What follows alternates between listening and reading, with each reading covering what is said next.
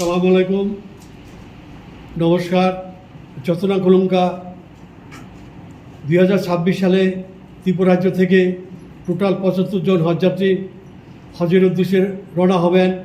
আমাদের centre programme হয়ে গেছে, আমাদের দুদিনের ট্রেনিং প্রোগ্রাম হয়ে গেছে। আজকে আমাদের সেন্টার প্রোগ্রাম হয়ে গেছে এবং সেখানে আমাদের হাজিদের জন্য ক্ষুদ্র গিফট প্রদান করা হবে এবং হাজিদের সেবার জন্য সরকারি কর্মচারী একজন হজ ইন্সপেক্টর নিয়োগ করা হয়েছে। তাদেরকে আগরতলা থেকে সৌদি আরব পর্যন্ত সেবার জন্য, পরিষেবার জন্য, দায়িত্ব পালন করার জন্য সরকার যে ইন্সপেক্টর নিয়োগ করছে তার জন্য রাজ্য সরকার আমি ধন্যবাদ জ্ঞাপন করছি। এবং আমাদের আগামীকালকে তারা কলকাতার উদ্দেশ্যে রওনা হবে এবং দুইটা ফ্লাইটে যাবে এবং কলকাতা থেকে আগামী 22 তারিখ তারা সৌদি আরব উদ্দেশ্যে রওনা হবে।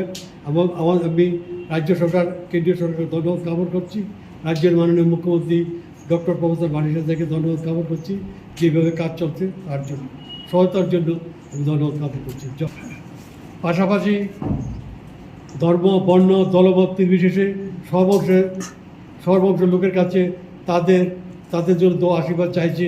তারা যেভাবে কৌশলে বাড়ি থেকে বেরোচ্ছে সৌদি আরব হজ কমপ্লিট করে যাতে ফিরতে পারে, তাদের জন্য সবাই দোয়া আশীর্বাদ করবেন। আমি সবাই সহযোগিতা কামনা করি। আমি জয়।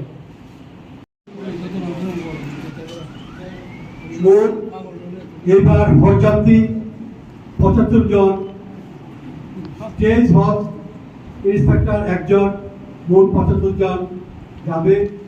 আমাদের এই প্রথম ট্রেনিং প্রোগ্রাম হয়েছে, সুনামুড়া হয়েছে, আগরতলা হজ ভবন হয়েছে, ধর্মনগর হয়েছে, 2 দিনের পরিষেবা দেওয়া হয়েছে। ট্রেনিং প্রোগ্রাম আমাদের সেন্টার প্রোগ্রাম কমপ্লিট হয়ে গেছে। আজকে আমাদের আমি সংগঠনের বিভিন্ন দায়িত্বে আপনারা জানেন ছিলাম।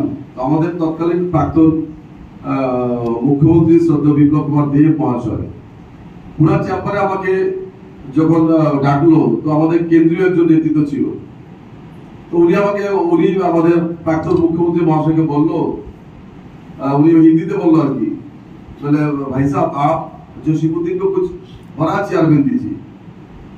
तो বিপ্লবটা বললো হজ কমিটি দিচ্ছি, তো উনি বলছেন হজ কমিটি থেকে আরো বড় দেন।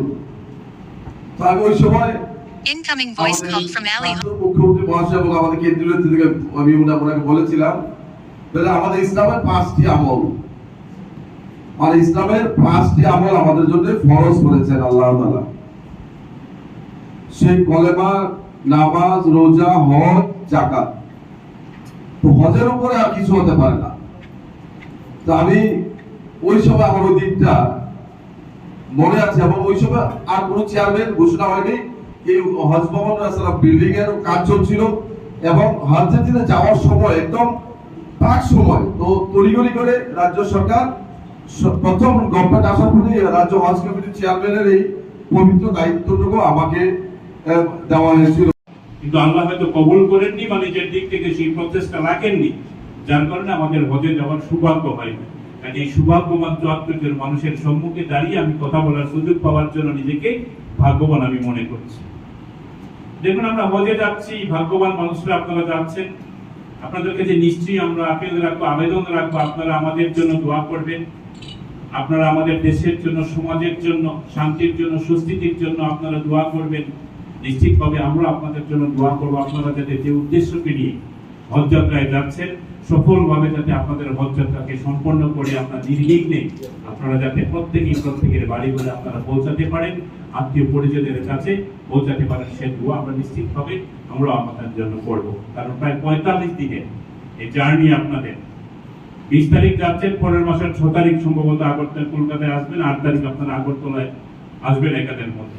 সেদিক থেকে প্রায় 46, 47, 48 দিনের দীর্ঘদিন আপনারা বাইরে থাকছেন। তো এই সময়ের মধ্যে আমাদের সেক্রেটারি সাহেব বলেছেন যে আমরা সবার আগে আমরা সবাই মানুষ, আমরা প্রত্যেকেই কোনো না কোনো মতে, কোনো না কোনো ধর্মে আমরা বিশ্বাস করি। যার যার ধর্ম তার মতো করে আমরা আচরণ করি।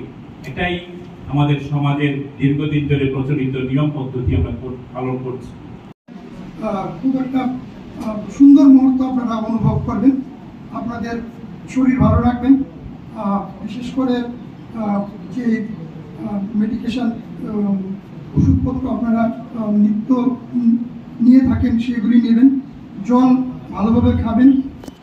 গরম আছে, এক পরিস্থিতি থেকে আরেক পরিস্থিতিতে গেলে কী কী করতে হয় আপনাদেরকে সেইভাবে ট্রেনিং দেওয়া আছে, ভ্যাকসিনেশন হয়েছে সরকারের তরফে, যা যা প্রয়োজন সবটাই হয়েছে। আজকে এখানে সরকারি তরফে আপনাদেরকে একটু সম্মানিত করা হলো। আমরাও এটার